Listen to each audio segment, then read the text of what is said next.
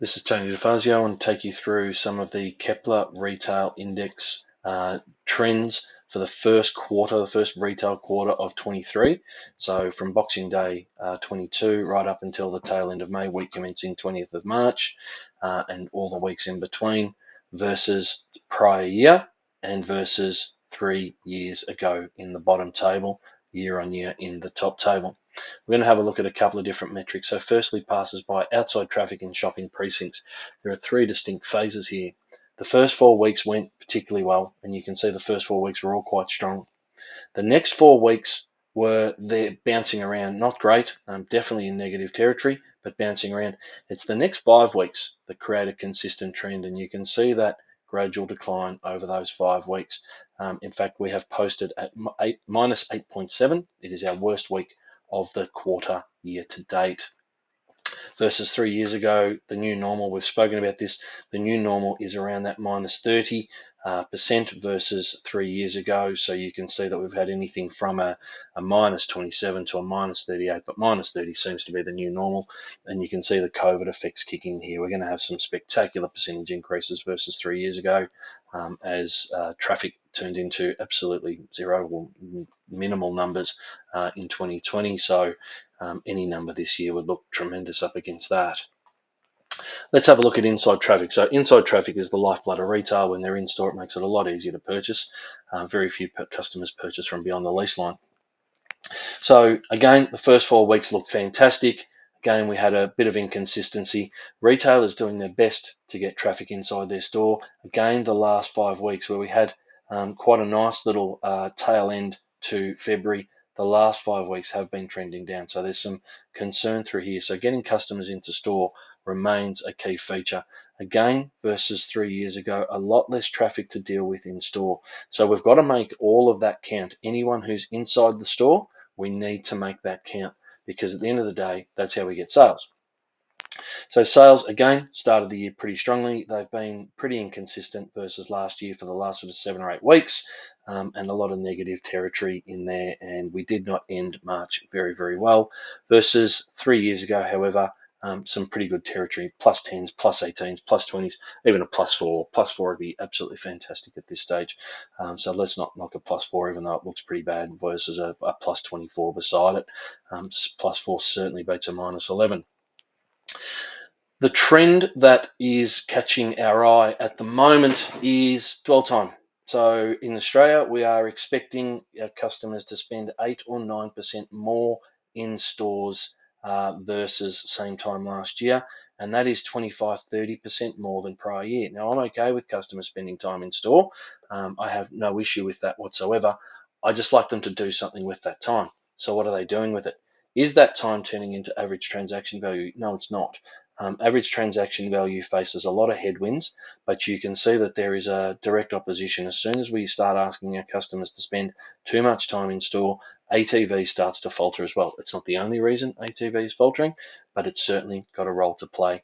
And you can see that again versus 3 years ago, ATV doing really quite solidly. It'll come back a little bit versus 3 years ago, as we saw free money being given away by the government. Will start to have some interesting impacts on ATVs. Well, let's get back to that dwell time piece. So interesting. Let's have a look. Is it having an effect on sales conversion? So are we making it stick with the reduced number of inside traffic? And again, the answer is certainly no, it is not. So inside traffic versus 12 months ago, and sales conversion versus 12 months ago, those two are not lining up. We've got less people inside our stores, and we are in fact converting less of them. We're asking them to spend more time, and we are converting them less. Now, this is the lifeblood of retail. We've got to get them in, and then we've got to get them to buy. That's the whole service proposition. And if sales conversion drops, despite where it is, miles ahead of 3 years ago, 39%, but you'll notice again this sort of pivotal week right towards the beginning of February, where sales conversion rates went from plus 60s to plus 40s. Now, I'll take a plus 40 as long as we can maintain it, but we're not versus year on year. So there's a big spread over here. Now let's turn our attention now to New Zealand, and let's go back to the passers-by. So New Zealand, very interesting. So New Zealand operates in almost direct opposite to Australia. So these guys started the year pretty softly.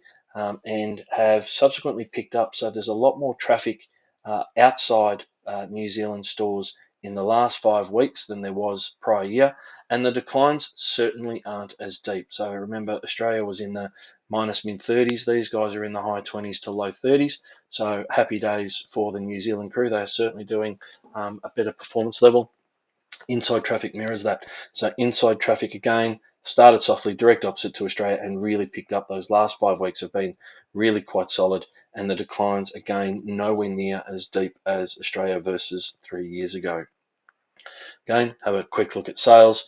Sales have been again quite robust for the entire period. There's been a couple of little patches of softness, one significant decline, but by and large they've been quite good throughout the last parts of February, a little bit soft tailing out in March, and up against 3 years ago again.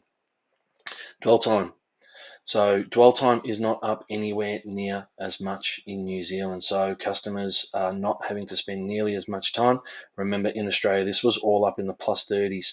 And the top versus 3 years ago, and the top section in Australia was up at the plus 9s, and here we are in New Zealand at the plus 3s and 4s and 5s. So ATV in New Zealand a little bit more still inconsistent, but not nearly as much negative territory. And again, if we look at 3 years ago, still quite strong in that bottom graph. And then if we have a look at sales conversion, again, it has been more robust. Now, I'm just going to switch Australia back on so we can see those three metrics side by side. So New Zealand sales conversion in blue, Australian sales conversion in the brown, and you can see those disparities. You can see sales conversion in Australia much stronger versus 3 years ago. So that's quite good.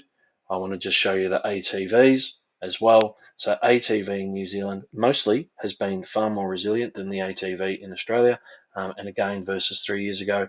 And I do want to show you that dwell time differential as well. So that's quite an interesting piece, and this is definitely one worth watching. If we've got less customers, how are we using that traffic to our advantage?